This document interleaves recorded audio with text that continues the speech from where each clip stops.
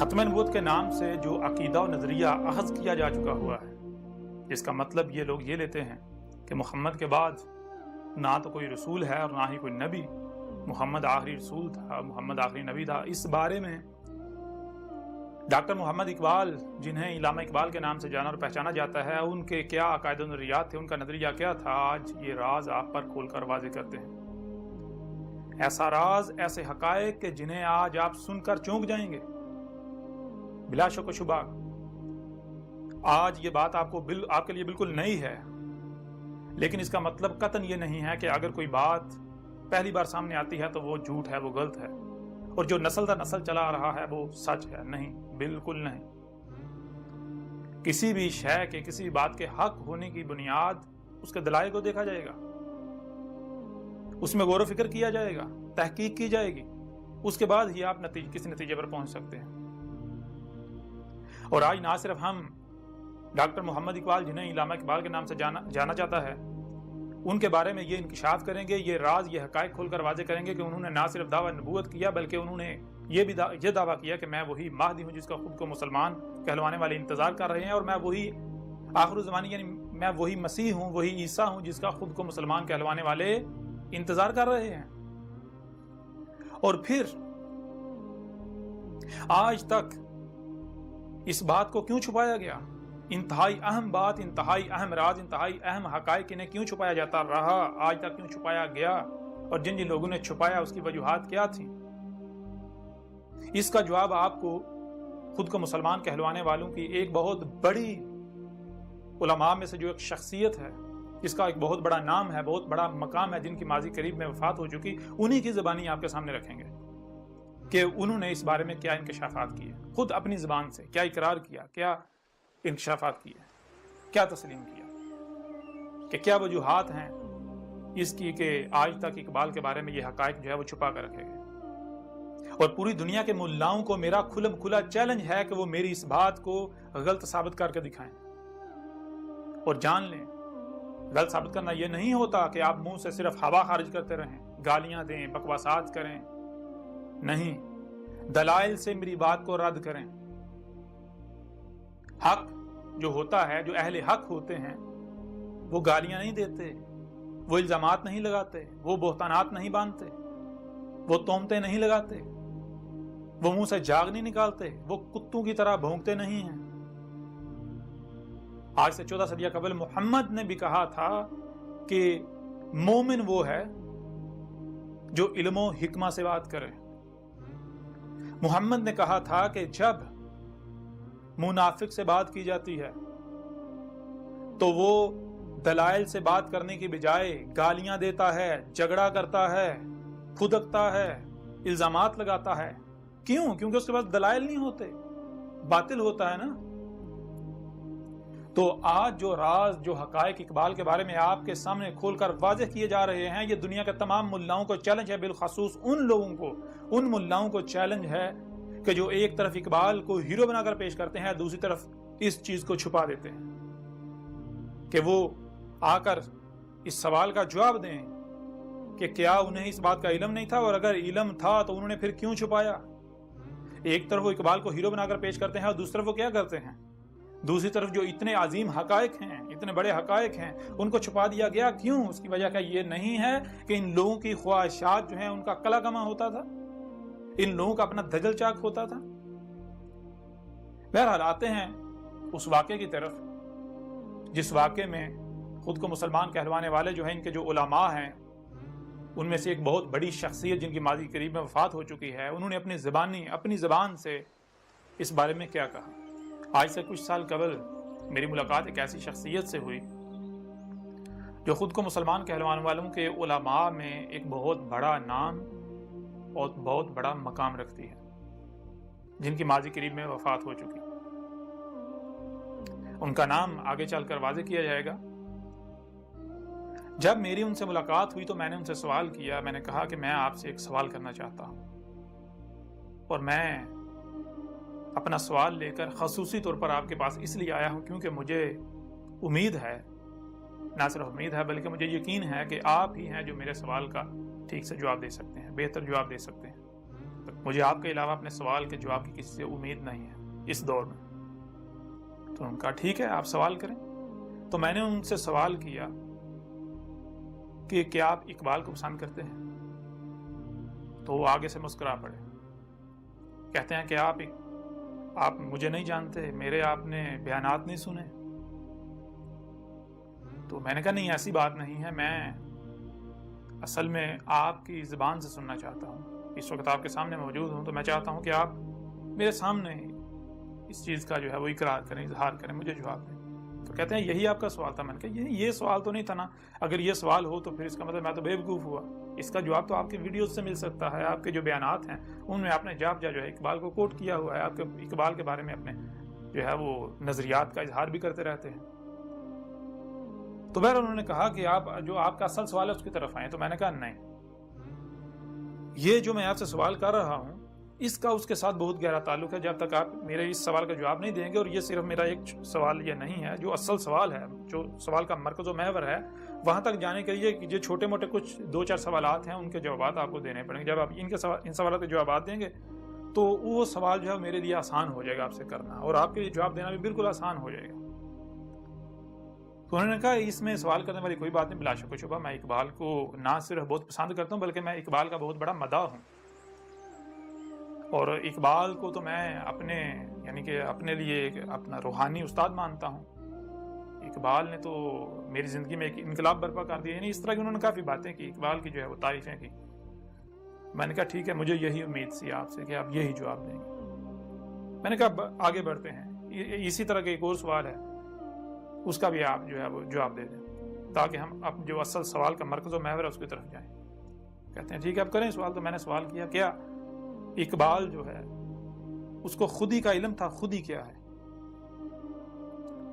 تو انہوں نے پھر اسی طرح کا جواب دیا، مسکرا دیا ہلکا سا، اور مجھے کہا کہ اگر آپ اقبال کے بارے میں جانتے ہیں تو ایسا تو ممکن ہی نہیں آپ یہ نہ جانتے ہوں کہ اقبال جو ہے اسے خودی کا علم نہیں تھا۔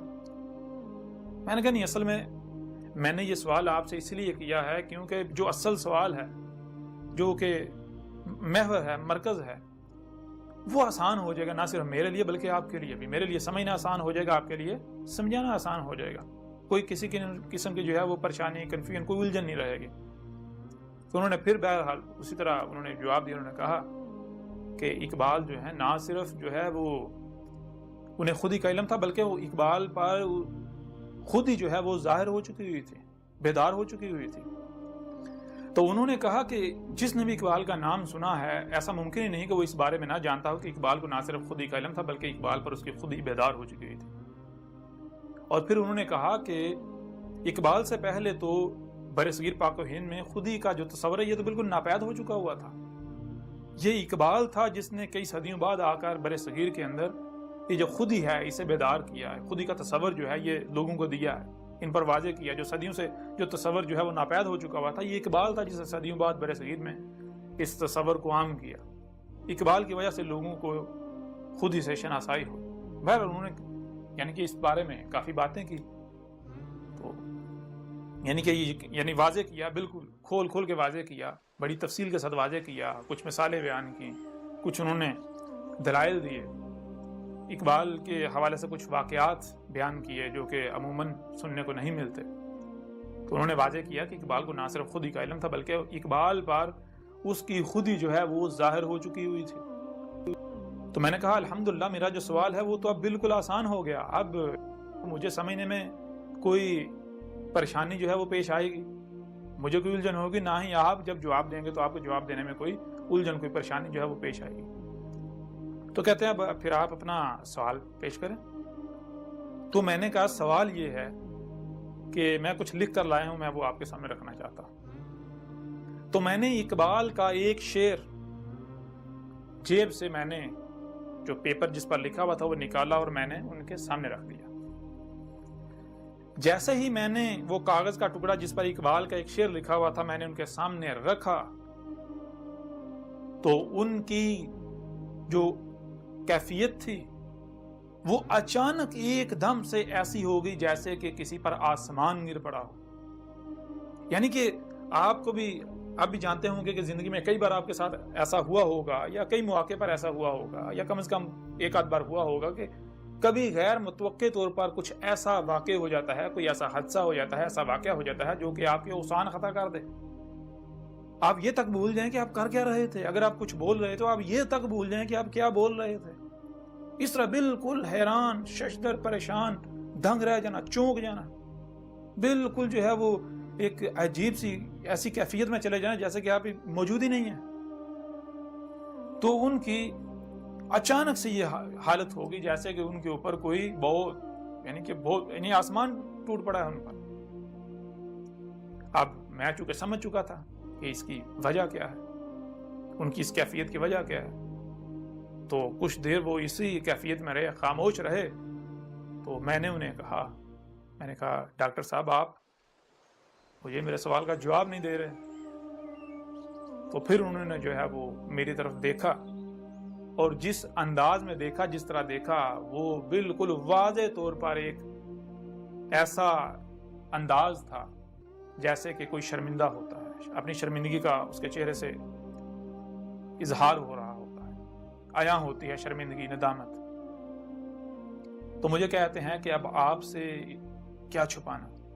کہتے ہیں آپ سے چھپایا بھی نہیں جا سکتا، کیونکہ جس طریقے سے آپ نے مجھ سے یہ سوال کیا تو میں آپ سے کوئی بات چھپا ہی نہیں سکتا. کہتے ہیں کوئی اور ہوتا تو میں بات کو گما پھرا کے ادھر ادھر لے جاتا، لیکن آپ کے سامنے اس بات کو میں اگر گھماؤں گا، اگر توڑوں مروڑوں گا، کسی بھی قسم کی کوشش کروں گا تو الٹا میں خود پھنس جاؤں گا. کیونکہ آپ کا معاملہ باقی عوام کی طرح نہیں ہے. باقی عوام کا معاملہ بالکل اور ہے، ان کو جو کہو وہ مان لیتے ہیں، وہ زیادہ بحث نہیں کرتے.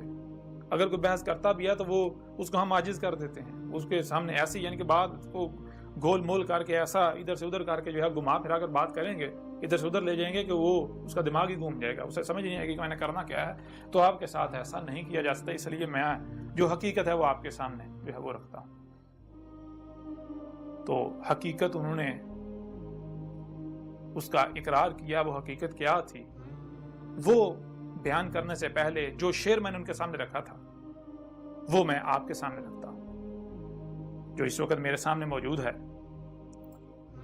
جی، اقبال نے کہا، ہوئی جس کی خودی پہلے نمودار، ہوئی جس کی خودی پہلے نمودار، وہی مہدی وہی آخر الزمانی.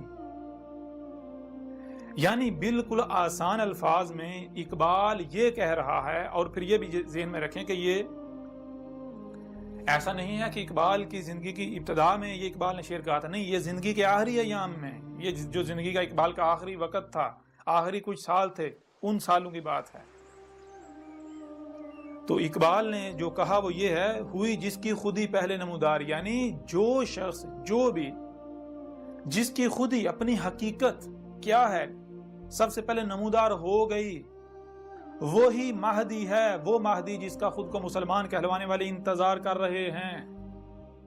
کیونکہ جس کی خودی پہلے نمودار ہو جائے تو پھر وہ اس کی ذمہ داری بن جاتی ہے کہ وہ مہدی بنے، وہ لوگوں کو ہدایت دے. اس میں ہدایت ہوتی ہے، اس کی بات میں، اس کے کردار میں. تو پھر کہا وہی آخر الزمانی. اور آخر الزمانی کون ہے؟ خود کو مسلمان کہلوانے والوں کا بچہ جانتا ہے کہ آخر الزمانی کا مطلب ہے مسیح عیسیٰ، جس کا یہ انتظار کر رہے ہیں، جس عیسیٰ کا انتظار کر رہے ہیں. آخر الزمانی جس نے زمانہ آخر میں، آخر الزمان میں آنا ہے. جو آپ کے علماء ہیں جن کے آپ اندھو کی طرح پیچھے چلتے ہیں، ان سے پوچھیں، ان سے سوال کریں آخر الزمانی کا مطلب کیا ہے، کون ہے آخر الزمانی؟ کیا آخر الزمانی مسیح عیسیٰ نہیں ہے؟ تو یہ دیکھیں یہ کیا ہے. اقبال نے کیا کہا؟ اقبال نے کہا ہوئی جس کی خودی پہلے نمودار، وہی مہدی وہی آخر الزمانی. تو اس کا مطلب کیا ہے؟ کیا اقبال یہ کہہ رہا ہے کہ کسی اور کوئی اور آئے گا؟ کوئی اور آیا تھا؟ نہیں. اس وجہ سے وہ صاحب جو ہیں وہ جو بہت بڑی شخصیت تھی، وہ چونک گئے تھے، وہ دہل گئے تھے. کیونکہ ان سے میں نے پہلے جب یہ سوال کا جواب لے لیا تھا کہ مجھے یہ بتائیں کہ کیا اقبال پر اس کی خودی نمودار ہو چکی ہوئی تھی، تو انہوں نے تسلیم کیا اور باقاعدہ دلائل دیے اپنی طرف سے. یعنی کہ مجھے بہت ساری مثالیں دی، بہت سارے واقعات بتا کر اقبال کے بارے میں انہوں نے بتایا کہ اگر یہ واقعہ یہ ہو ہی نہیں سکتا تھا اگر اقبال کے اوپر اس کی خودی نمودار نہ ہوئی ہوتی. یہ اقبال کے اوپر اس کی خودی نمودار ہوئی تھی تب ہی یہ واقعہ ہوا. اور پھر انہوں نے جو کہا کہ اقبال کی جو شاعری ہے وہ شاعری ایسے گویا کہ قرآن ہے، تو انہوں نے کہا یہ ممکن نہیں ہے، یہ اقبال کی شاعری جو خود ہی نمودار ہونے کے بغیر ہو ہی نہیں سکتی، اقبال لکھ ہی نہیں سکتا تھا، یہ سارا اللہ کا کلام ہے، انہوں نے خود کہا۔ تو اس وجہ سے میں نے پھر جب یہ ان کے سامنے رکھا تھا تو وہ دہل گئے تھے، وہ چونک گئے تھے، کیونکہ اقبال نے یہاں یہ دعویٰ کیا ہے کہ اس دور میں، اس زمانے میں چونکہ میری خودی سب سے پہلے نمودار ہو چکی ہے، اس لیے اس دور میں ہی وہی مہدی ہوں جس کا تم انتظار کر رہے ہو، میں ہی آخر الزمانے یعنی مسیح عیسیٰ ہوں جس کا تم انتظار کر رہے ہو۔ اس وجہ سے وہ چونک گئے تھے، اور پھر انہوں نے خود اپنی زبان سے اس بات کا اقرار کیا تھا۔ انہوں نے کہا تھا کہ آپ سے اب اس بات کو نہیں چھپایا جا سکتا، اس میں کوئی شک نہیں کہ اقبال نے دعویٰ نبوت کیا تھا، اقبال نے خود کو مہدی کہا تھا، اقبال نے خود کو آخر الزمانے یعنی مسیح عیسیٰ کہا تھا، وہی جس کا انتظار کیا جا رہا ہے۔ اور پھر آج ایک اور بات آپ کے اوپر واضح کریں کہ اقبال کا یہ صرف ایک مقام پر یہ دعویٰ نہیں ہے، اقبال کا جو لٹریچر ہے اگر آپ اسے اٹھائیں تو آپ کو پتا چلے گا کہ اقبال نے ایک نہیں، دو نہیں، تین نہیں، چار نہیں، بلکہ درجنوں مقامات پر یہ دعویٰ کیا ہے متشابہات کی صورت میں کہ میں اللہ کا نبی ہوں، میں مہدی ہوں، میں عیسیٰ ہوں۔ اور اس بارے میں بھی آپ کے اوپر کھول کر رکھیں گے، لیکن اس سے پہلے آپ کو دعوت دیتے ہیں، اس سے پہلے آپ کو چیلنج کرتے ہیں، آپ کے ملاؤں کو چیلنج کرتے ہیں، اور آپ کے اوپر یہ ذمہ داری ہے کہ جائیں اپنے ملاؤں سے سوال کریں، ان سے پوچھیں کہ آج تک کیا یہ سچ ہے، اگر سچ ہے تو تم لوگوں نے آج تک یہ کیوں چھپایا، اور اگر یہ سچ ہے تو وہی فتوے جو آج تم میرے اوپر لگا رہے ہو، آج جو فتوے تم اللہ کے رسول عیسیٰ پر لگا رہے ہو، احمد عیسیٰ پر لگا رہے ہو، وہی فتوے لگاؤ اقبال پر، آؤ میدان میں۔ اور اس کے علاوہ آج جنہیں مثال کے طور پر لاہور میں مقبرہ ہے علی حجویری، جنہیں داتا گنج بخش کہا جاتا ہے، ماضی میں چلے جائیں، بہت ساری شخصیات ہیں، ان کے بارے میں بات کی جائے تو ان کے بھی یہ تمام کے تمام دعوے جات موجود ہیں۔ وہ تمام کے تمام ایسی جو شخصیات ہیں وہ نبیین تھے، وہ محمد کے خاتم یعنی محمد کے فلٹر سے نکل کر آنے والے نبیین تھے۔ اور خاتم النبیین کیا ہوتا ہے، خاتم النبیین کیا ہوتا ہے، نبیین کیا ہوتا ہے، یہ تمام تر حقائق آپ اس وقت تک نہیں جان سکیں گے جب تک کہ آپ القرآن جو آپ کے دونوں ہاتھوں کے درمیان ہے اس کی بینات کو اس کتاب میں نہیں پڑھتے، اس سے رجوع نہیں کرتے۔ اگر کوئی کہتا ہے کہ نہیں اس کتاب کے قریب نہیں جانا، تو جان لیں ہر بات کو، ایک ایک بات کو جو آج کیا جا رہا ہے اس کی تاریخ قرآن میں موجود ہے، ہم آپ کو اسی قرآن میں دکھائیں گے جو آپ کے دونوں ہاتھوں کے درمیان ہے۔ بہرحال آپ آتے ہیں واپس اسی واقعے کی طرف کہ اس کے بعد کیا ہوا، انہوں نے پھر اس کے بعد کیا کہا۔ تو میں نے ان سے سوال کیا، میں نے کہا کہ پھر آپ جو ہیں، جب آپ کو اتنے بڑے راز کا علم ہے، اتنے بڑے حقائق کا علم ہے، تو آپ ان کا انکشاف کیوں نہیں کرتے، آپ لوگوں کو کیوں نہیں بتاتے؟ تو آگے سے انتہائی پشیمانی، ندامت اور شرمندگی کسی کیفیت میں انہوں نے مجھے کہا، جواب دیا، کہتے ہیں کہ میں آپ سے امید کرتا ہوں، آپ کافی سمجھدار ہیں کہ آپ باہر کسی سے بات نہیں کریں گے کہ میں نے ایسی باتیں کی ہیں۔ میں نے کہا آپ وہ بالکل بے فکر ہو جائیں، آپ جو حق ہے میرے سامنے وہ بیان کریں، مجھے حق سننا ہے۔ تو انہوں نے کہا کہ دیکھیں میں ان حقائق کو بیان نہیں کر سکتا، میں ان حقائق کو عوام کے سامنے بیان نہیں کر سکتا۔ اس کی وجوہات یہ ہیں کہ سب سے پہلی بات کہ اگر میں ان حقائق کو سامنے لاتا ہوں تو سب سے پہلی چیز یہ ہوگی کہ میں ذلیل و رسوا ہو جاؤں گا۔ انہوں نے کہا کہ یہ جو قادیانی ہیں، جو مرزا غلام قادیانی لعنت اللہ علیہ ہے، میں اس کا بہت بڑا ناقد ہوں، میں اس کے مخالفین جو ہیں ان میں سر فہرست آتا ہوں، قادیانی کا میں بہت بڑا مخالف ہوں، بہت بڑا ناقد ہوں، ان کے ناقدین میں سے ایک بہت بڑا ناقد ہوں۔ اب اگر میں ہی یہ بات کروں گا، یہ انکشاف کروں گا، تو جو قادیانی ہیں ان کے ہاں تو ایک بہت بڑا ہتھیار آ جائے گا، لوگوں کو جو ہے وہ اپنی جماعت میں، اپنے گروہ میں وہ کہیں گے دیکھیں یہ انہوں نے کہا، یہ اتنی بڑی شخصیت مسلمانوں کی، ہمارے دشمن نے اس چیز کا اقرار کیا، اور پھر اقبال اگر یہ ثابت ہو جائے کہ اقبال جو ہے وہ یہ عقیدہ ختم وہ جو اس سے مراد جو لیا جاتا ہے اس کا منکر تھا، اور باقاعدہ اقبال نے دعویٰ نبوت کیا، اقبال نے باقاعدہ مہدی مسیح ہونے کا دعویٰ کیا، تو پھر قادیانیوں کے لیے تو جو ہے وہ عوام کو گمراہ کرنا آسان ہو جائے گا، ہماری ساری عوام ان کی طرف دوڑ پڑے گی، کیونکہ ہم جو ہے وہ وفات مسیح پر قادیانیوں کا مقابلہ نہیں کر سکتے، انہوں نے خود تسلیم کیا۔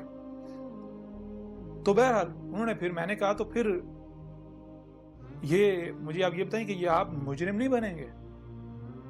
تو وہ پھر یعنی کہ وہی کیفیت کرتا نہیں کہ یہ اصل میں اسے مصلحت کا نام دوں گا، اور پھر انہوں نے کہا کہ اس کی ایک اور وجہ بھی ہے، کہتے ہیں ایک اور وجہ ہے جس وجہ سے میں ان حقائق کو اس راز کو منکشف نہیں کر سکتا ہے، ان کو سامنے نہیں لا سکتا، وہ وجہ یہ ہے کہ میرے خلاف میرے اپنے بہت سارے دشمن ہیں، اگر میں ان حقائق کو سامنے لاؤں گا تو میرے خلاف ایک محاذ جو ہے وہ کھل جائے گا جس کا میں سامنا نہیں کر پاؤں گا، جس کا میں مقابلہ نہیں کر پاؤں گا۔ میں اصل میں جس گھرانے سے تعلق رکھتا ہوں میں کوئی روایتی مولوی نہیں ہوں، روایتی جو مدرسوں سے پڑھ لکھ کر آتے ہیں، مدرسوں کے فارغ التحصیل ہوتے ہیں، میں ان میں سے نہیں ہوں، میں تو ایک لبرل گھرانے سے تعلق رکھتا تھا، میں ایک میڈیکل اسٹوڈنٹ تھا، ڈاکٹر بنا، تو پھر اس کے بعد جو ہے میں نے میرا یعنی کہ وہ جو ہے وہ رخ اس طرف ہو گیا، دین کی طرف، مذہب کی طرف، تو اس طرف رخ میرا ہونا تھا کہ میں نے جو ہے وہ اسی میں یعنی کہ گم گیا، اسی میں نے جو ہے وہ اپنی ساری کوشش شروع کر دی۔ تو انہوں نے کہا کہ یہ جو روایتی علماء ہیں، یہ جو یعنی کہ مدرسوں سے فارغ التحصیل ہوتے ہیں، جو یہ سلسلہ چل رہا ہے روایتی علماء کا، تو میں ان کے ہاں جو ہے وہ نہ تو قابل قبول ہوں، نہ ہی میں پسند کیا جاتا ہوں، اور اسی وجہ سے انہوں نے کہا کہ میرے جو فالورز ہیں، میرے جو سننے والے ہیں، مجھے جو ماننے والے ہیں، ان کی جو اکثریت آپ کو وہی ملے گی جو پڑھے لکھے لوگ ہیں، پڑھا لکھا جو ہے وہ طبقہ ہے، جو یعنی کہ مذہبی طبقہ آپ کو کم ملے گا۔ کیونکہ اب اگر میں یہ بات کروں گا تو یہ جتنے بھی روایتی علماء ہیں، جتنے بھی فرقے ہیں، یہ سارے کے سارے یہ پہلے میرے خلاف کوئی موقع ضائع نہیں جانے دیتے، تو ان کو تو بہت بڑا موقع مل جائے گا۔ تو اب اگر میں خود ہی ان کو اتنا بڑا اپنے خلاف جو ہے موقع فراہم کروں تو مجھ سے بڑا بیوقوف کوئی ہوگا، اس لیے کہتے ہیں کہ میں جو ہے وہ مصلحت کو اختیار کیے ہوئے ہوں، مصلحت جو ہے یہی بہتر ہے، ایسے ہی چلتے رہیں۔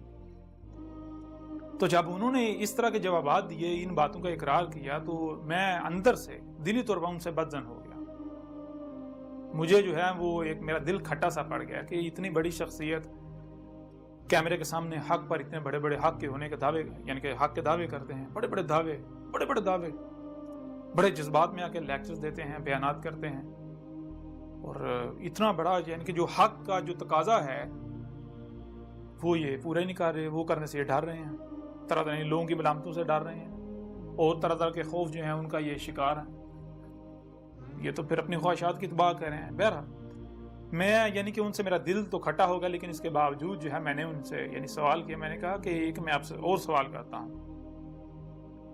وہ سوال میرا یہ ہے کہ آخر کیا وجہ ہے کہ اتنی بڑی بات، اتنے بڑے یعنی کہ اتنا بڑا راز یہ آج تک چھپا ہوا کیسے ہے؟ آج تک کسی نے نہیں سوچا، یعنی کہ کوئی سامنے نہ لے کر آئے۔ تو انہوں نے پھر اس کی وجوہات جو ہیں وہ بھی بتائیں۔ انہوں نے کہا کہ سب سے پہلی بات تو یہ ہے کہ اقبال کو آج جو ہے وہ خاص کر کے پاکستان میں اقبال کے بارے میں جو خود ہی یعنی کہ یہ ساری چیزیں ہیں یہ عام ہیں، اس سے پہلے اقبال کو اس طرح نہیں جانا جاتا تھا، اس طرح نہیں پہچانا جاتا تھا جیسے آج جانا اور پہچانا جاتا ہے۔ انہوں نے کہا کہ جب تک پاکستان نہیں بنا تھا، پاکستان بننے سے پہلے اقبال جو مشہور تھا برصغیر کے اندر، وہ صرف کچھ اقبال کی نظمیں تھیں، ان نظموں کی وجہ سے، اس شاعری کی وجہ سے اقبال جو ہے وہ مشہور تھا، لوگ اقبال کو پہچانتے تھے، جانتے تھے۔ انہوں نے کہا اس میں سر فہرست انہوں نے کہا کہ جو ہندوستان ہے، انڈیا، اس کا قومی ترانہ اقبال کا لکھا ہوا ہے۔ انہوں نے کہا کہ ہندو جو ہیں اقبال ان کے دل کا تارہ ہے، کیونکہ اقبال جو ہندوستان کا جو ملی نغمہ ہے، قومی ترانہ ہے، وہ اقبال کا لکھا ہوا ہے۔ انہوں نے کہا اس وجہ سے اقبال جو ہے وہ معروف تھا۔ تو یہ پہلو لوگوں کے سامنے تھا، اقبال کا وہ پہلو جو ہے وہ چھپا ہوا تھا۔ انہوں نے کہا کہ اس چھپے ہونے کی کچھ وجوہات تھیں، ان وجوہات میں ایک جو سب سے بڑی وجہ تھی وہ تھی جو روایتی علماء ہیں ان کا اقبال کے خلاف پروپیگنڈا کرنا۔ انہوں نے کہا کہ آج اس دور میں تو آپ کو ایسے بہت سارے لوگ ملیں گے کہ جو داڑھی منڈے ہیں اور وہ دین کا نام لیتے ہیں، وہ دین کا مبلغ بنے ہوئے ہیں، جیسے انہوں نے یعنی کہ وہ جاوید احمد گامدی ان کا نام لیا۔ انہوں نے کہا کہ آپ جاوید احمد گامدی آپ کے سامنے ہے، اس کے علاوہ انہوں نے اور کچھ شخصیات ہیں، میں ان کا نام نہیں لینا چاہتا، انہوں نے ان کا بھی نام لیا، انہوں نے کہا کہ یہ شخصیات دیکھیں ان کی داڑھی نہیں ہے، ان کی مونچھیں نہیں ہیں، یہاں تک کہ کلین شیو ہیں، اس کے باوجود جو ہے یہ مفکر اسلام اور اسلامی اسکالر کے نام پر جانے جاتے ہیں، لوگ انہیں پسند کرتے ہیں، لوگ انہیں سنتے ہیں، کہتے ہیں آج جو آج ہے یہ تب نہیں تھا۔ انہوں نے کہا جب اقبال ہوا تھا اس وقت یہ جو مذہب ہے یہ ایک خاص مکتبہ فکر جو ہے اس کے گھر کی لونڈی تھا۔ انہوں نے کہا مذہب کے ٹھیکیدار وہی تھے جو نسل در نسل یہ روایتی علماء جو ہے وہ چلے آ رہے تھے، اور اس کے لیے داڑھی لازم تھی۔ داڑھی، انہوں نے کہا کہ آج جو ہے وہ اسلام میں داڑھی تلاش کی جاتی ہے، تب داڑھی میں اسلام تلاش کیا جاتا تھا، تب جو ہے وہ داڑھی کے اوپر سب سے زیادہ زور۔ اگر کوئی داڑھی منڈا، انہوں نے کہا کہ اگر کوئی داڑھی منڈا مذہب پر بات کرتا تھا لوگ اس کو حقارت کی نگاہ سے دیکھتے تھے، لوگ اسے یہود و حنود کا ایجنٹ جو ہے وہ تسلیم یعنی کہ وہ ماننا شروع ہو جاتے تھے، اس کے بارے میں کہنا شروع ہو جاتا کہ یہ داڑھی منڈا انگریزوں کا ایجنٹ، یہود و حنود کا دشمن، یہ ہمیں دین سکھائے گا، پہلے اپنا خلیہ دین کے مطابق کر لے، مذہب کے مطابق کر لے۔ تو انہوں نے کہا کہ یہ وہ وجہ تھی جس وجہ سے اس دور میں جس شخصیت نے بھی مذہب کے نام پر کوئی بات کرنا ہوتی تھی، کوئی یعنی کہ مذہبی رہنمائی کرنے کا کوئی سوچتا تھا تو اس کو داڑھی رکھنا پڑتی تھی۔ انہوں نے مثالیں دی، انہوں نے کہا کہ آپ کے سامنے مثال ہے ابوالکلام آزاد جو تھے، وہ بہت بڑے لبرل شخصیت تھی، وہ بہت بڑی لبرل شخصیت، وہ روایتی علماء ہیں ان میں سے نہیں تھے، ایک بہت بڑی لبرل شخصیت تھے، اس کے باوجود جب وہ اس فیلڈ میں آئے تو ان کو داڑھی رکھنا پڑ گئی، انہوں نے داڑھی رکھی۔ کیونکہ ان کو پتا تھا اگر میں بغیر داڑھی کے تبلیغ کروں گا تو مجھے کوئی بھی قبول نہیں کرے گا، اس وقت کلچر یہی تھا، نظامی سسٹم یہی تھا۔ انہوں نے کہا پھر اس کے علاوہ انہوں نے کہا سر سید احمد خان، انہوں نے کہا کہ اس کے بارے میں کون نہیں جانتا کہ وہ اس دور کا سب سے بڑا لبرل ملحد تک قرار دیا۔ انہوں نے کہا کہ وہ جب اس نے اسلام کے اوپر بات کرنا شروع کی، اس سے پہلے وہ داڑھی منڈا تھا، اور جب اس نے جو ہے وہ قرآن کے اوپر بات کرنا، مذہب کے اوپر بات کرنا شروع کی، دین کے اوپر بات کرنا شروع کی، تو سر سید نے بڑی بڑی داڑھی رکھ لی۔ تو انہوں نے کہا کہ اقبال نے ایسا نہیں کیا، اگر اقبال داڑھی رکھ لیتا تو شاید اس وقت اقبال جو ہے وہ فوری طور پر یہ جو حقائق ہیں یہ سامنے آ جاتے کہ اقبال نے یہ دعویٰ کر دیا، اقبال نے یہ دعویٰ کر دیا۔ چونکہ اقبال کی وہ داڑھی نہیں تھی تو لوگ جو ہے اقبال کا جو مذہب کے بارے میں جو لٹریچر ہوتا تھا، جو تھوڑا گہرائی والا کہیں، جو سنجیدہ تھا، لوگ اس کی طرف جاتے ہی نہیں تھے، لوگ اقبال کو نہ سنجیدہ لیتے تھے نہ اقبال کو پڑھتے تھے اس وقت، سوائے چاند لوگوں کے۔ چھوٹا سا مکتبہ فکر تھا جو اقبال کو اسٹڈی کرتا تھا، لیکن وہ بھی اسٹڈی اس حد تک نہیں تھی کہ جیسے اگر آج مثال کے طور پر کی جائے۔ تو انہوں نے کہا کہ یہ وہ وجہ تھی کہ اقبال جو ہے اس وقت جو اس نے جب مذہب پر بات کرنا شروع کی تو فلسفے کی بات کرنا شروع کی، تو جو اس وقت کے روایتی علماء تھے وہ اقبال کے خلاف ہو گئے، اقبال کی داڑھی بھی نہیں تھی، جس وجہ سے اقبال جو ہے وہ لوگوں کی توجہ کا مرکز بنا ہی نہیں۔ اقبال کو اگر اس وقت جانا پہچانا گیا، اقبال معروف ہوا تو وہ کچھ اور وجوہات تھے، کچھ اقبال کی نظمیں تھیں، کچھ ترانے تھے، ان وجوہات کی بنا پر اقبال جو ہے وہ معروف ہو گیا۔ لیکن انہوں نے کہا کہ جب پاکستان بنا، پاکستان بننے کے بعد حالات مختلف ہو گئے۔ انہوں نے کہا کہ پاکستان بننے سے پہلے تک اقبال یہ جو حقائق تھے اقبال کے بارے میں، اقبال نے دعویٰ نبوت کیا تھا، دعویٰ مہدی و مسیحیت کا جو دعویٰ کیا تھا، یہ پہلے تو اس وجہ سے چھپا رہا، لوگوں کی نظر میں نہیں آیا، اور جب پاکستان بنا تو پاکستان بننے کے بعد چونکہ اقبال ایک ہیرو کے طور پر جانا جاتا تھا، اقبال کو پاکستان کا جو یہ لٹریچر ہے اس میں داخل کر دیا جائے گا، اسکولوں کا لٹریچر جو ہے اس میں اقبال کو ڈال دیا گیا۔ اب جب اقبال کو اسکولوں کے لٹریچر میں ڈال دیا گیا تو اس کے بعد ہوا یہ کہ اب ایک نسل ہے جو بچپن سے ہی اقبال کا نام سنتی اور پڑھتی چلی آ رہی ہے، وہ نسل جب پروان چڑھی تو پوری نسل کے لیے اقبال ایک ہیرو بن گیا۔ لیکن وہ ہیرو اسی حد تک تھا جو انہوں نے اقبال کے بارے میں پڑھا سنا۔ اب اقبال کے بارے میں کیا پڑھا سنا وہ آپ جانتے ہیں، اقبال کے وہ جو شروع کی شاعری ہے، کچھ نظمیں ہیں، تو ان کی وجہ سے جو ہے وہ اقبال کو جانا اور پہچانا جاتا رہا۔ اب اس وجہ سے اقبال ہیرو تو بن گیا، لیکن کچھ لوگ ایسے تھے جب انہوں نے دیکھا کہ اقبال نے ایسی باتیں کی، یعنی یہ انہوں نے اقبال کی نظموں سے متاثر ہوئے، اقبال کی شاعری سے متاثر ہوئے، تو انہوں نے اقبال کو اسٹڈی کرنے کی، اقبال کا مطالعہ کرنے کی جب ٹھانی، دیکھا اقبال کا لٹریچر دیکھا، تو وہ تو دانگ رہ گئے، اقبال نے جو ہے وہ یہ دعویٰ کیا ہوا ہے۔ اب انہوں نے کہا کہ یہاں پر دو طرح کی شخصیات تھیں، ایک وہ شخصیات تھی جو پڑھے لکھے لوگ ہوتے ہیں، سنجیدہ طبقہ، تو انہوں نے جب اس چیز کو دیکھا تو انہوں نے یا تو اسے نظر انداز کر دیا یا پھر وہ اس وجہ سے خاموش رہے کیونکہ ان کی یہ فیلڈ ہی نہیں تھی، تو اس وجہ سے لوگوں کے سامنے ان کی طرف سے بات نہیں آئی۔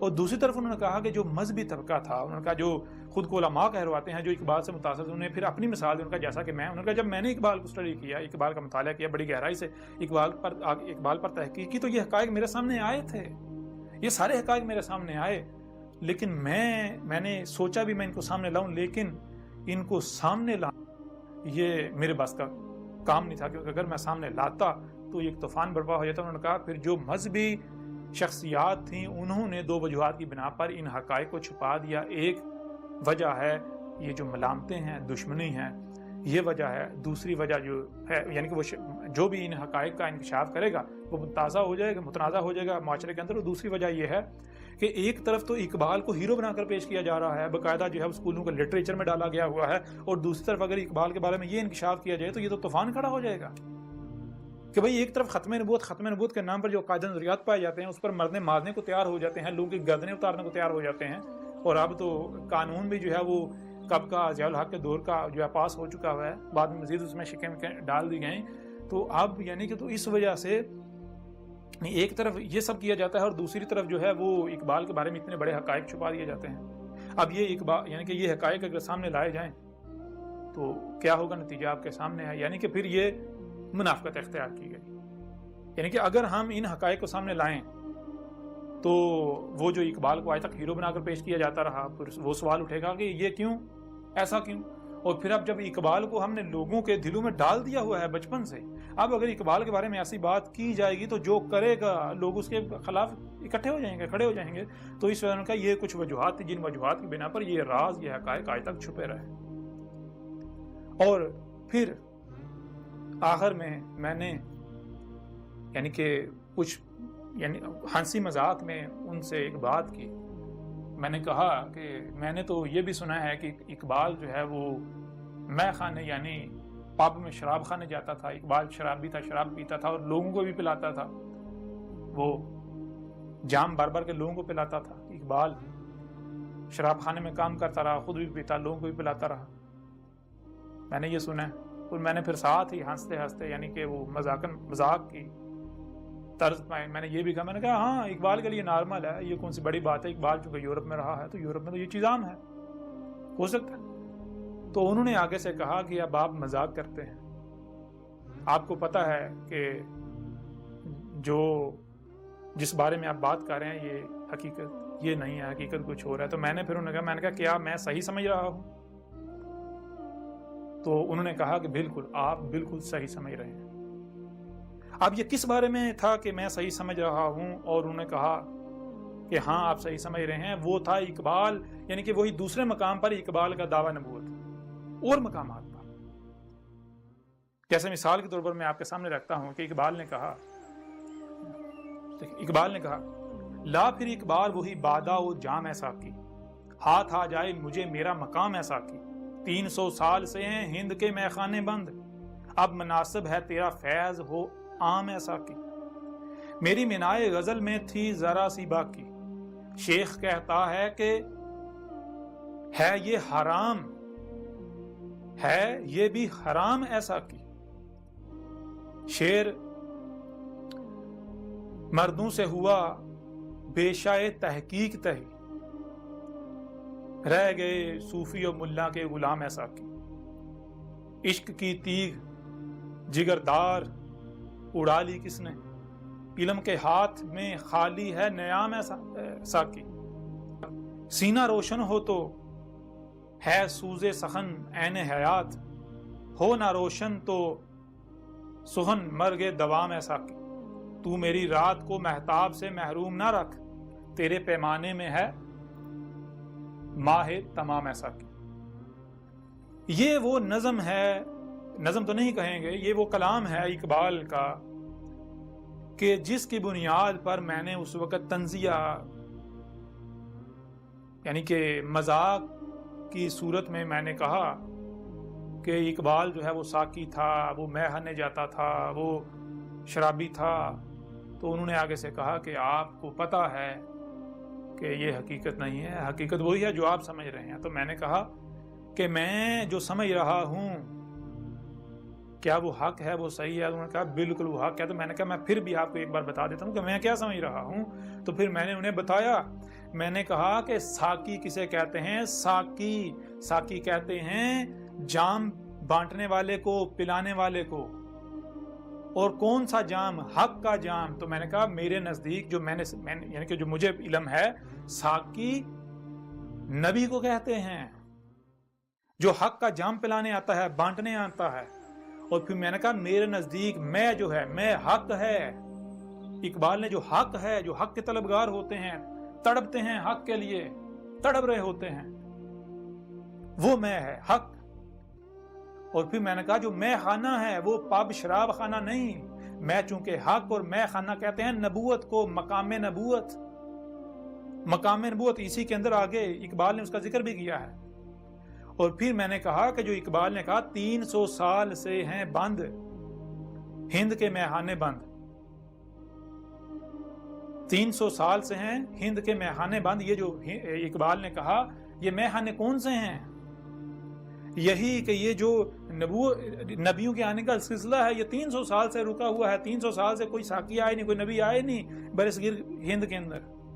اس وجہ سے گمراہی جو ہے وہ بڑھتی اس قدر عام ہو گئی کہ لوگ جو ہیں وہ بالکل خرافات میں، وہ اقبال کے اور بہت سارے ایسے اشعار اب آپ کے سامنے آئیں گے جو اقبال نے کہا کہ حقیقت خرافات میں کھو گئی، یہ امت روایات میں کھو گئی، اس طرح کے اور بہت ساری۔ اور پھر اسی متعلق جو ہے اور بھی کچھ اقبال کے شعر ہیں، ان کے اوپر بھی بات کریں گے اور کچھ آئندہ اگلی نشست میں بات کریں گے۔ لیکن جب میں نے ان کے سامنے یہ بات رکھی، وہ جو شخصیت تھی، بہت بڑی شخصیت، آج بھی بہت بڑا نام ہے ان کی وفات کے بعد بھی، تو تب انہوں نے یہ اقرار کیا، انہوں نے کہا کہ آپ نے بالکل ٹھیک سمجھا ہے۔ تو میں نے پھر وہی بات دہرائی، میں نے کہا ڈاکٹر صاحب تو پھر آپ یہ حقائق سامنے کیوں نہیں لاتے؟ اگر آج آپ ان حقائق کو آپ مسلط کا نام دے کے چھپاتے ہیں تو آپ جانتے ہیں کہ کل کو اس کا انجام کیا نکل سکتا ہے۔ آپ جانتے ہیں کہ کل کو اگر اللہ کا بھیجا ہوا واقعتاً آ جاتا ہے اسی دور میں تو پھر آپ بھی مجرم ثابت ہوں گے، کیونکہ آپ تو ایک باقاعدہ ایک فرقہ کھڑا کر کے جا رہے ہیں جو کہ جب اللہ کا رسول آئے گا، اللہ کا رسول وہ جو عیسیٰ ہے وہ جب آئے گا، جس نے آنا ہے، جس کا انتظار کیا جا رہا ہے، تو آپ کے تمام فالوور جو ہیں وہ اس کے ساتھ دشمنی کریں گے۔ نہ تو اس وقت مجھے اس بات کا علم تھا اور نہ ہی انہیں علم تھا کہ بات کرنے والا کون ہے۔ بہرحال آج وہ حقائق واضح ہوئے کہ یہ جو ہوا تھا یہ کیوں ہوا تھا۔ اور بہرحال اس کے علاوہ بھی کچھ اور اشعار ہیں، ان میں سے چاند ایک آپ کے سامنے رکھتے ہیں، لیکن اس سے پہلے آپ کے اوپر یہ واضح کر دیں کہ وہ شخصیت کون تھی۔ وہ شخصیت تھی تنظیم اسلامی کے بانی ڈاکٹر اسرار احمد۔ ڈاکٹر اسرار احمد کے ساتھ ہونے والی گفتگو جو ہے، جو یہ واقعہ ہے، یہ آپ کے سامنے رکھا۔ اب دنیا کی کوئی طاقت ان حقائق کو جٹلا کر دکھائے۔ اب آپ کی ذمہ داری ہے کہ اگر آپ کو اپنے ملاؤں پر اتنا ناز ہے، فخر ہے کہ آپ کے ملا حق ہیں جن کے پیچھے آپ آنکھیں بند کر کے چل رہے ہیں، تو ان کے سامنے یہ سوال لے کر جائیں، ان سے پوچھیں کیا اقبال نے یہ دعویٰ نہیں کیا تھا؟ سوال کریں ان سے، اب پتہ چلتا ہے آپ کے حق ہونے کا۔ اور اگر آپ بغیر تحقیق کے، بغیر غور و فکر کیے، بغیر بات مکمل سنے فتوے لگاتے ہیں، گالیاں دیتے ہیں، طرح طرح کے الزامات لگاتے ہیں، بہتانات باندھتے ہیں، ملامتیں کرتے ہیں، تو پھر جان لیں دو وجوہات ہیں اس کی۔ پہلی وجہ کہ آپ کو آپ کے ملاؤں پر اعتماد نہیں ہے۔ کیوں؟ کہ یہ ٹھیکیداری تو آپ نے ان کو دی ہوئی ہے نا، تو جو دین کے ٹھیکیدار آپ نے بنائے ہوئے ہیں ان کو سامنے لائیں، ان سے سوال کریں، انہیں کہیں کہ ہم تو حق کے طلبگار ہیں، ہم نے آخرت میں جہنم میں نہیں جانا، نسل در نسل کیا چلتا رہا ہے، ہمیں اس سے کوئی سروکار نہیں، ہمیں جو اللہ کے رسول ہیں ان کی سنت پر چلنا ہے، جو انہوں نے کیا۔ ہمیں آج اس وقت دنیا میں لایا گیا تو ہمیں یہ جاننا ہے اس وقت ہمیں دنیا میں کیوں لایا گیا۔ کیا ابراہیم نے یہ کیا تھا؟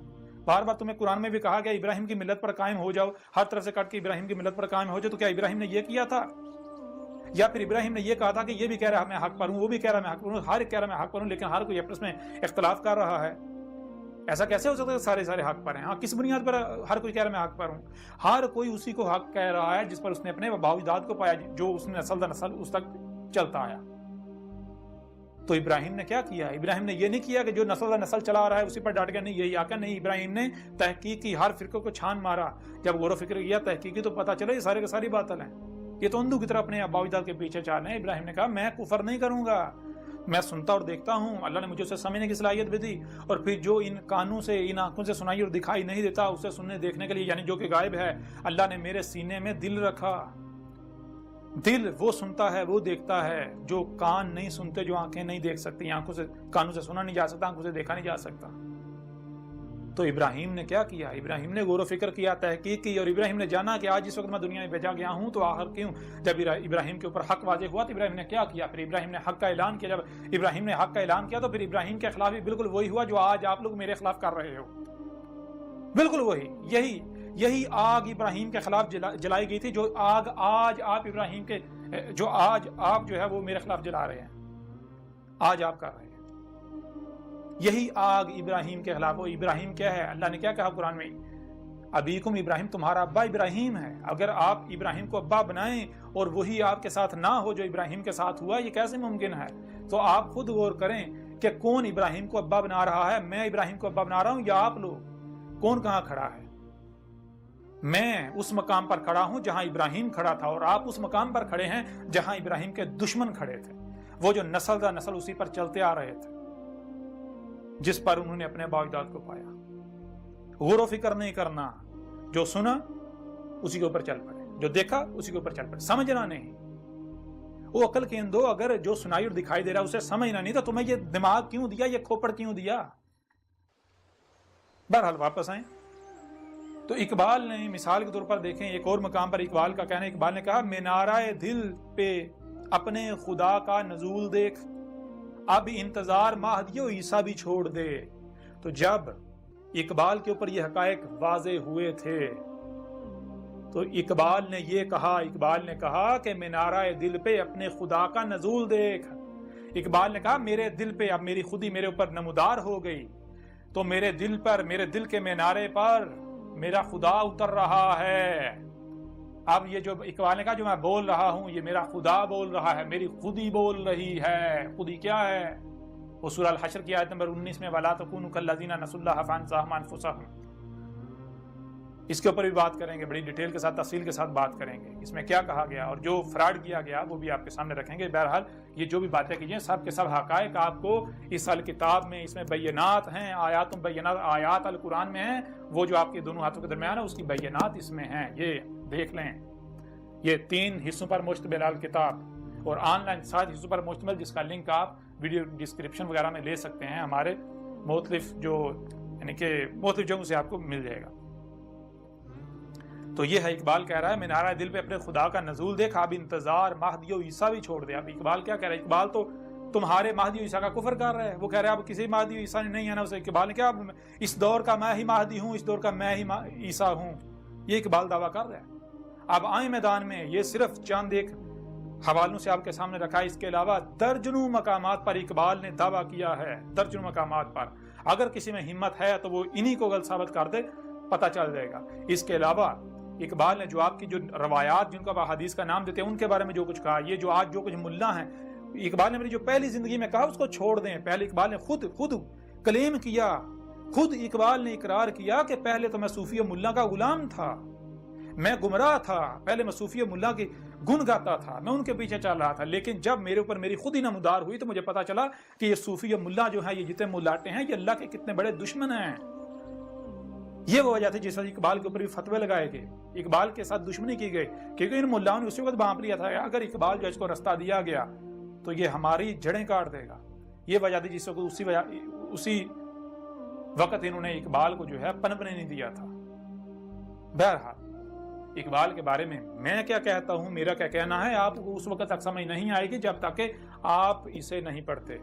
اس کو جب آپ پڑھیں گے تو اس میں وہ حقائق ہیں کل کائنات کے بارے میں، آپ کے اپنے جسم کے بارے میں، آپ کیسے وجود میں آئے، آیا کہ ارتقاء سے آئے، اور ارتقاء ہوا تو کیسے ہوا، کس طرح ہوا، آیا کہ آپ جو ہے وہ جو آدم و حوا والے قصے کہانیاں ہیں، ہر سب کے سب حقائق آپ کی یعنی کہ وہ حقائق ہیں کائنات کے کہ دنیا کی کوئی طاقت، بڑے سے بڑے سائنسداں جو ہیں وہ بھی غلط ثابت نہیں کر سکتے، وہ بھی سرنڈر کر جائیں گے کہ جہاں سائنس نہیں پہنچی وہ مجبور ہو جائیں گے سوچنے میں جہاں سائنس نہیں پہنچی وہاں کے بارے میں لکھنا، اس میں لکھنا یہ کیسے ممکن ہے؟ ایک ہی صورت میں کہ جس کا وجود ہے وہی لکھ سکتا ہے۔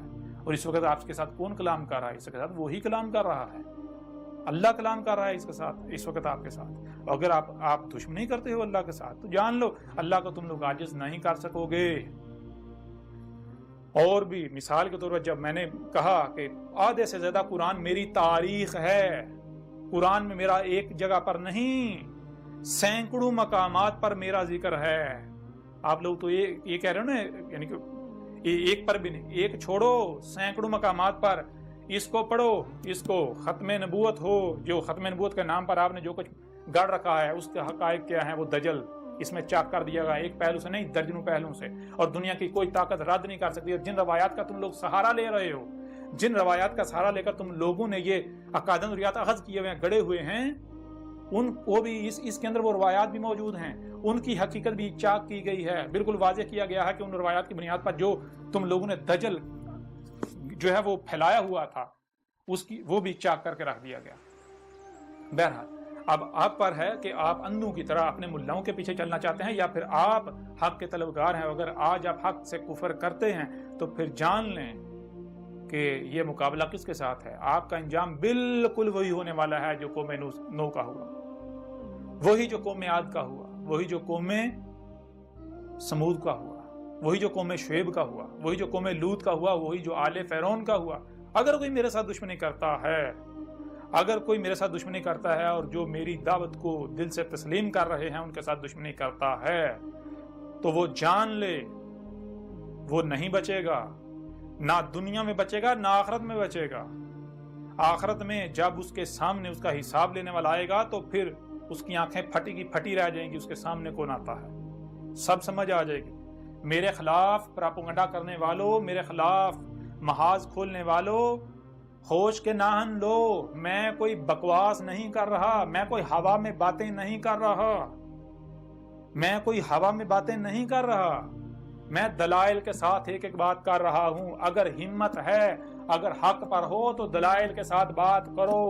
اگر تم کہتے ہو کہ ہم اللہ کو مانتے ہیں، اللہ کی مانتے ہیں، تو پھر اسی قرآن میں اللہ نے کیا کہا؟ اللہ کہہ رہا ہے کہ جہاں سے بھی کوئی آواز بلند ہوتی ہے، حق ہو باطل ہو جو بھی ہو، جہاں سے بھی کوئی آواز بلند ہو اس کو سنو۔ جو کچھ بھی تمہیں سنائی دے رہا ہے، جو بھی آواز اپنا وجود رکھتی ہے اسے سنو۔ تمہیں کان کیوں دیے؟ اسی لیے دیے ہیں تاکہ تم سن سکو، سنو۔ اور صرف سننا ہی نہیں، پھر جو دکھایا جا رہا ہے وہ دیکھو، صرف دیکھنا نہیں بلکہ جو سنتے اور دیکھتے ہو اسے سمجھنے کی صلاحیت دی تمہیں، اسے سمجھو۔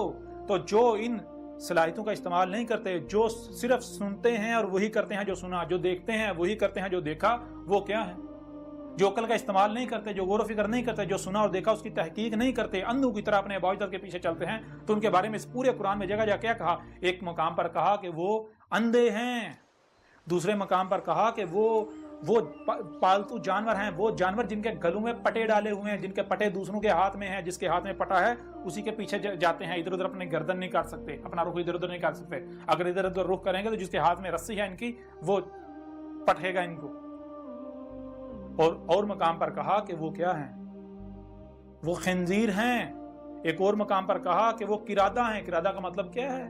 قرادہ کا مطلب ہے کرا اور رد، گول والی تے اس کا اظہار کریے، جو کرا کیا اس کو رد کر دینا۔ کرا کہتے ہیں جو بھی آپ نے سنا دیکھا، جو بھی آپ نے سنا جو دیکھا، جو یعنی کہ جو پڑھا کیسے جاتا ہے؟ تو یہ جو بھی آپ کے سامنے آیا تو اس کو رد کر دینا، اسی کو پھیر دینا، وہی کر دینا بغیر سمجھے۔ یہ خصلت کس میں پائی جاتی ہے؟ یہ خصلت بندر میں پائی جاتی ہے۔ بندر جو دیکھتا ہے وہی ریپیٹ کرتا ہے، وہ سمجھتا نہیں ہے۔ وہ عقل کے اندر تمہیں کیا صرف سننے اور دیکھنے کی صلاحیت دی گئی یا پھر سمجھنے کی صلاحیت دی گئی جو سنتے اور دیکھتے ہو؟ تو اگر تم جو سنتے اور دیکھتے ہو بغیر سمجھے اس کے اوپر عمل کرتے ہو، بغیر سمجھے اس کے پیچھے چلتے ہو، تو تم پھر کیا قرادہ نہیں ہو؟ جو سنا جو دیکھا بغیر سمجھے اسی کو پھیر رہے ہو، وہی کر رہے ہو۔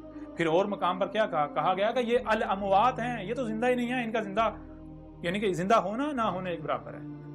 یہ الاموات ہیں، ایسے ہی جیسے ایک شے ہے تو صحیح، لیکن اس کے وجود کا کوئی فائدہ نہیں ہے، کوئی مقصد نہیں، بے مقصد بیکار ہے، اس کا نہ ہونا ہی یعنی کوئی ایسے جیسے ہے ہی نہیں، اس کا ہونا نہ ہونا ایک برابر ہے۔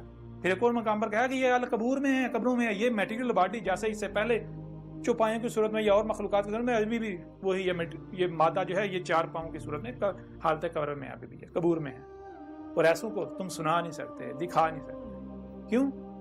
کیونکہ ان کے یہ اندھے ہو چکے ہیں، اور اندھے یہ آنکھیں اندھی نہیں ہوتی، آنکھیں تمہیں ظاہر دکھاتی ہیں، کان تمہیں ظاہر سناتے ہیں، اور جو مکمل جو ہوتا ہے، مکمل صرف وہ نہیں جو ظاہر ہے، مکمل تو جو باطن ہے، جب تک وہ سامنے نہیں آئے گا تب تو مکمل نہیں ہوگا۔ کوئی بھی شے آپ اپنے سامنے رکھ لو، کوئی بھی، تم اپنی ذات کو لے لو، کیا تم وہ ہو جو سامنے نظر آ رہے ہو، یا پھر باطن کو ملایا جائے گا تب تم مکمل ہوگا؟ کوئی بھی شے لے لو، کسی شے کو سامنے رکھ لو، اس کا مکمل وجود کب سامنے آئے گا؟ جب ظاہر و باطن دونوں کو سامنے رکھا جائے گا۔ تو ظاہر تو دکھاتی ہیں یہ آنکھیں، سر کی آنکھیں، باطن کیسے دیکھتی ہو؟ تم تو باطن دیکھ نہیں رہے، باطن دکھاتی ہیں باطن آنکھیں، جو آنکھیں اندر چھپا کر رکھی ہیں، کون سی؟ تمہارے سینوں میں دل،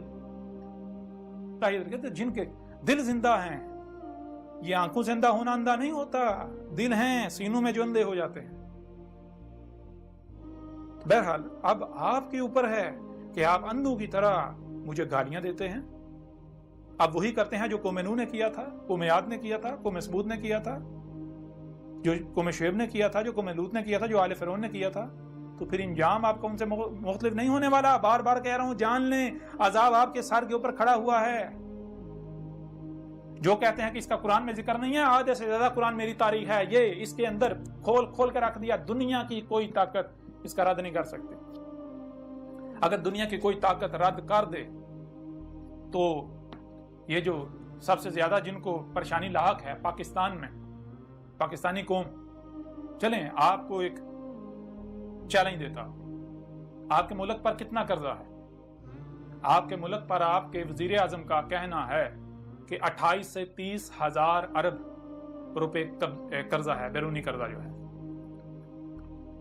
تو آپ ایسا کریں، اگر میرا رد کر دیں، حکومت پاکستان کو بھی چیلنج ہے، تمام کے تمام ملاؤں کو چیلنج ہے، ہر فرقے کے ملاؤں کو چیلنج ہے، ہر وہ شخص جس کو آپ نے اپنا رہنما بنایا ہوا ہے، کوئی آپ کا پیر ہے، کوئی صوفی ہے، کوئی ملا ہے، کوئی شیخ ہے، کوئی مفتی ہے، کوئی حضرت ہے، کوئی، سب اکٹھے ہو جائیں، سارے کے سارے فرقے اکٹھے ہو جائیں، اگر میرا رد کر دیں، یہ 3 جلدیں ہیں، تمام حقائق اس میں ہیں، اگر کوئی رد کر دے، اگر کوئی یہ ثابت کر دے کہ میں اللہ کا رسول احمد عیسیٰ نہیں ہوں، وہی احمد عیسیٰ جس کا انتظار کیا جا رہا تھا، تو جو آپ کے ملک پر قرضہ ہے اس سے 100 گنا زیادہ انعام دوں گا۔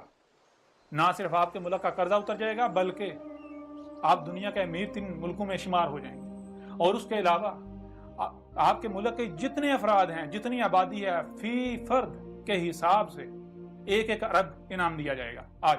اور اس کے علاوہ میں اپنے آپ کو پیش کروں گا پوری دنیا کے سامنے، مجھے پھانسی دے دی جائے، میری گردن اتار دی جائے، اور اگر آپ مجھے باطل ثابت نہیں کر سکتے، کر پاتے، جو کہ ممکن ہی نہیں ہے کہ دنیا کی کوئی طاقت مجھے باطل ثابت کر سکے، تو پھر کیا میں آپ سے کوئی انعام نہیں مانگتا، بالکل نہیں، 1 پیسہ بھی نہیں مانگتا، کیونکہ پیسوں کا لالچ آپ کو ہے، محتاج آپ لوگ ہو، بھیکیں آپ مانگ رہے ہو۔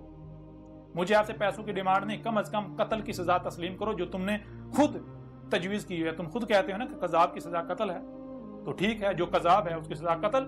اگر میں قذاب ثابت ہوتا ہوں تو پوری دنیا کے سامنے مجھے پھانسی دے دی جائے، میری گردن اتار دی جائے، میرے جسم کے ٹکڑے ٹکڑے کر دی جائے، ایک بوٹی کر دی جائے، اور اگر میں قذاب ثابت نہیں ہوتا، تم لوگ قذاب ثابت ہوتے ہو جو کہ میں نے اس میں قذاب ثابت کر دیا، تو پھر کیا یہی سزا تمہیں منظور ہے؟ اگر یہی سزا منظور ہے تو آجو میدان میں، آجو۔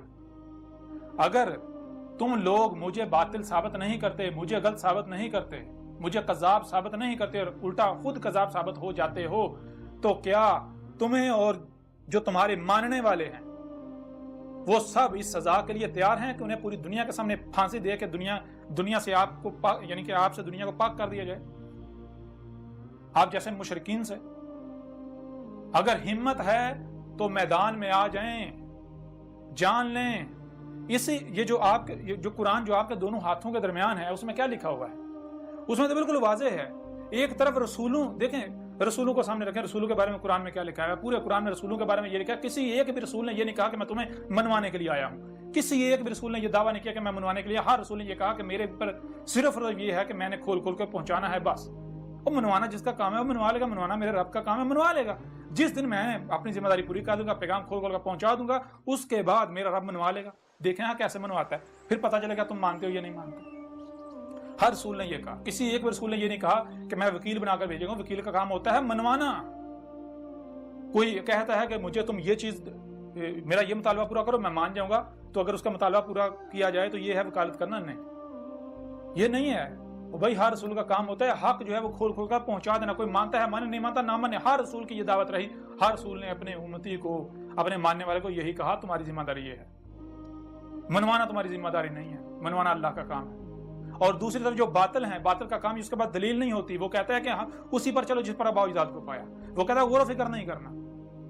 حق کیا ہے؟ اسی قرآن میں اللہ کہہ رہا ہے، کیا کہہ رہا ہے اللہ؟ تو بار بار یہ کہہ رہا ہے، اللہ کہہ رہا ہے کہ جان لو حق جو ہے، حق بےہودہ قسم کی بےڈونگ قسم کی لاٹھیوں کا محتاج نہیں ہوتا کہ نہ اس کی نہ سننا، اس کی نہ سننا، اس کے پیچھے نہ جانا، یہ تمہارا ایمان خراب ہو جائے گا۔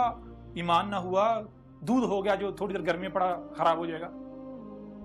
ہے عجیب بات، ایمان کا تمہیں پتہ نہیں ایمان کہتے کسے ہیں؟ تم نے تو وہ جو تم تو اسی کو حق کہہ رہے جو تم نے سنا، تحقیق تم نے کی نہیں، غور و فکر تو تم نے کی نہیں، کسی چیز کا تمہیں نہیں پتا۔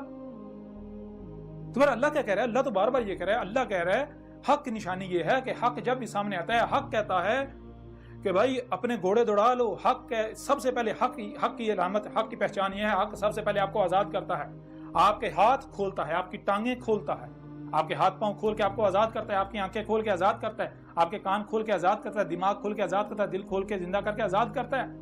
آزاد ہو جاؤ، تحقیق کرو، اپنے گھوڑے دوڑاؤ، اپنے جہاں تک جا سکتے ہو جاؤ، جو بھی حق کا دعوے دار ہے سنو اس کی۔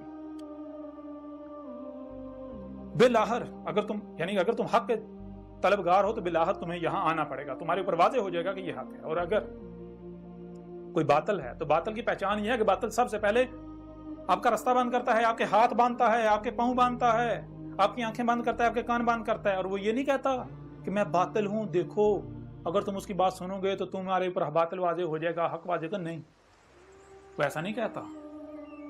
وہ طرح طرح کی ملامتوں سے ڈرا کر، طرح طرح کے اس نے مفروضے کڑے ہوئے ہوتے ہیں تاکہ اس کو باطل کو پتہ ہے اگر لوگوں نے اس کی بات سن لی، باطل تو ہر لمحے کہاں پر اس کی ٹانگیں باطل کی کہاں پر ہی ہوتی ہیں، باطل کو ہر لمحے خوف ہوتا ہے کہ کہیں حق سامنے نہ آ جائے، اس وجہ سے وہ لوگوں کی ہاتھ منہ باندھتا ہے، ان کی آنکھیں کان بند کرتا ہے، نہ اس کی نہ سننا، اس کی طرف نہ جانا، اس کے قریب نہ جانا، اس کی نہ سننا۔ کیوں؟ اس کو پتہ ہے، باطل کو پتہ ہے اگر اس نے اس کی بات سن لی، اگر انہوں نے اس کی بات سن لی، اس کی طرف چلے گئے تو کہیں ایسا نہ ہو کہ میری جڑیں کٹ جائیں، میری بنیادیں کٹ جائیں۔ باطل کو ہر لمحے خوف لاحق ہوتا ہے، اس وجہ سے باطل روکتا ہے، نہ اس کی نہ سننا، اس کے پیچھے نہ جانا، اس کے پیچھے نہ جانا، اس کی نہ سننا، اس کی نہ سننا۔ یہ ہے حق و باطل کی نشانی جو قرآن بتاتا ہے۔ اب اگر آپ لوگ حق پر ہو تو اپنے آپ کو قرآن سے حق ثابت کرو۔ جو لوگ آپ کر رہے ہو، کیا یہی ہر رسول نے کیا؟ کیا یہی محمد نے کیا تھا؟ کہ یہی محمد تو ابراہیم کی ملت کو واضح کرنے آیا تھا نا، تو کیا یہی ابراہیم نے کیا تھا؟ یہی موسیٰ نے کیا تھا؟ یہی عیسیٰ نے کیا تھا؟ یہی اس سے پہلے جو ہے یعنی کہ پیچھے جائیں شعیب نے کیا تھا، لوط نے کیا تھا، مزید اور پیچھے چلے جائیں، کیا یہی جو ہے وہ ہندو جسے رام کہتے ہیں، قرآن میں اسے ہود کہا گیا، رام ہود، کیا رام نے بھی یہی کیا جسے قرآن میں ہود کہا گیا؟ کیا کرشنا ہندو جسے کرشنا یا کرشن کہتے ہیں، قرآن میں اسے عاد کہا گیا، عاد اللہ کا رسول، کیا عاد نے یعنی کرشنا نے بھی یہ کیا تھا؟ نہیں، بالکل نہیں۔ کرشنا نے کیا کہا تھا، رام جو کہ یعنی ہود، اس نے کیا کہا تھا، وہ بھی سب کھول کھول کر واضح کیا جائے گا۔ کچھ لوگ سوال کر رہے ہیں جی آپ جو ہے وہ سارا آپ نے یعنی کہ اسلام کو سارے کے سارے یہ جو روایتی اسلام چلا آ رہا ہے آپ نے اس سارے کے سارے کو غلط کہہ دیا، یہ نمازیں حج روزے کا یہ سب کا سب باطل ہے، یہ حق نہیں ہے، تو باقی کیا مذاہب سارے حق پر، ان کے خلاف بات نہیں کی۔ اس وقت آپ سے مخاطب ہیں تو آپ کے بارے میں بات کی جائے گی نا، اب پریشان نہیں ہوں، ان سے بھی مخاطب ہوں گے، ہم ان سے بھی خطاب کریں گے، ان سے بھی بات کریں گے، ان سے بات کریں گے کہ تم یہ کرشنا کے نام پر کیا کر رہے ہو، تم یہ رام کے نام پر کیا کر رہے ہو، اور جو نبیین تھے جن کو تم نے طرح طرح کے نام دیے ہوئے ہیں، اور اس کے علاوہ جو کذاب تھے ان کے بارے میں جو تم نے جو کچھ عقائد ضروریات گاڑ رکھے ہوئے ہیں، ان کے اوپر ان سے جب بات کریں گے سب کچھ کھول کھول کے رکھ دیں گے، ان کو بتائیں گے بھائی یہ ہولی کیا ہے، دیوالی کیا ہے، ان کو بتائیں گے یہ جو تم یہ تو کہتے ہو گنگا میاں میں اشنان کرنا یہ کیا ہے، ان کو بتائیں گے رام کیا ہے، سیتا کیا ہے، ان کو بتائیں گے راون کیا ہے،